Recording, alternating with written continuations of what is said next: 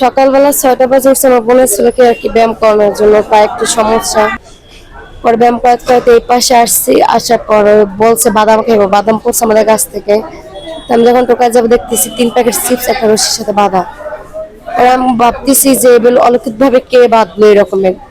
পরে নিচের দিক টাকা দিয়ে একটা ব্যাগ, বাজারের মানে কি যেন আছে দেখা যাইতেছে নিচ থেকে, মানে ভারী ভারী লাগতেছে। কাছে যখন আগাই গেছি পুরোপুরি যাইতে পারি নাই, বৃষ্টি কাদা তো স্লিপকে টুসটা খেয়ে পড়ে গেছি। পরে ওই ভূতের উপরে আমার হাত পড়ছে, পরে আগুন জ্বলেছে স্যার, অনেক বড় আওয়াজ আইছে। আমার মা পড়ে গেছে আর বলেছিল, আর আমার ওই পা বুঝে কাইটে কাইটে গেছে, কাইটে কেটে গেছে এরকমের। এই আর কি হয়েছিল কি, সকাল আমার তো পাও কাটতে গেছে, রক কেটে গেছিল। কয়দিন আগে পাও ব্যান্ডেজ ম্যান্ডেজ কাছে ডাক্তার কইছে কি সকালে একবার আড়াচলা করতে, বিকালে একবার আড়াচলা করতে। তা আমি তো স্কুলে যেতে পারি না। তা আম্মু একটা কোচিং দিয়েছিল, ওই যে পড়তে সামনে বৃত্তি পরীক্ষা, ফাইনাল পরীক্ষা।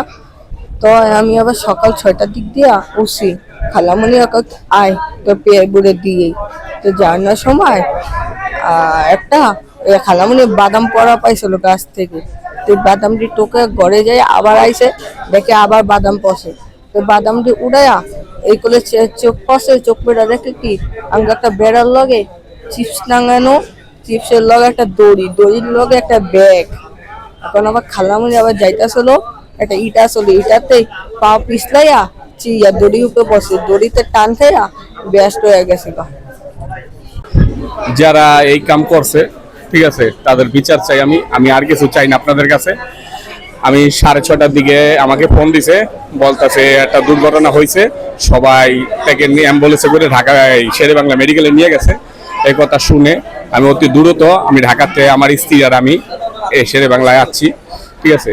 আমি যারা এই কাম করছে, ঠিক আছে, আমি আর কোনো কিছু চাই না, তাদের খালি বিচার চাই, বিচার চাই, বিচার চাই, আর কিছুই আমি চাই না। আমি শুনছি আমার এই যে ছোট বোনের জামাই ফোনতে চাপা এই ব্যাপার কি কে বোম বাস্ট হইয়া ফাহিমও করছে, আম্মা করছে, আর আমার ছোট বোনও এই সমস্যা হয়েছে। তা আমি বারবার জিজ্ঞেস আমার ছেলেটা কিভাবে আছে। আমি তো জানি আমার ছেলেটা আড়াচালা বেশি করতে পারবে না, তোরই এক জায়গায় যাইতে পারবে না, ওর বকের সমস্যা। ডাক্তারও মানা করে দিয়েছে আড়াচালা করতে, কোন করতে করতে কোনো দৌড় পাও দিয়ে কোনো জোরে কোনো কিছু করতে পারবে না। আমি খালি আমার ছেলেটার কথাই জিজ্ঞেস আমার ছেলেটা কিভাবে আছে।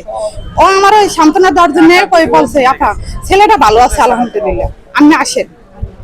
আমার মনে হয় একটুই বলছে ভাই ভিতরে কারা রাখছে, কোথা থেকে আসছে জানি না।